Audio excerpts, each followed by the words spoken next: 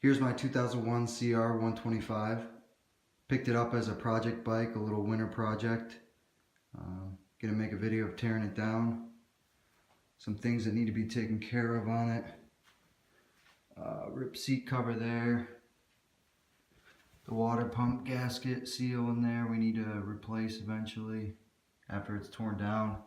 And then other than that, just gonna clean it up real well. Make it look pretty good. Fix it up and then sell it.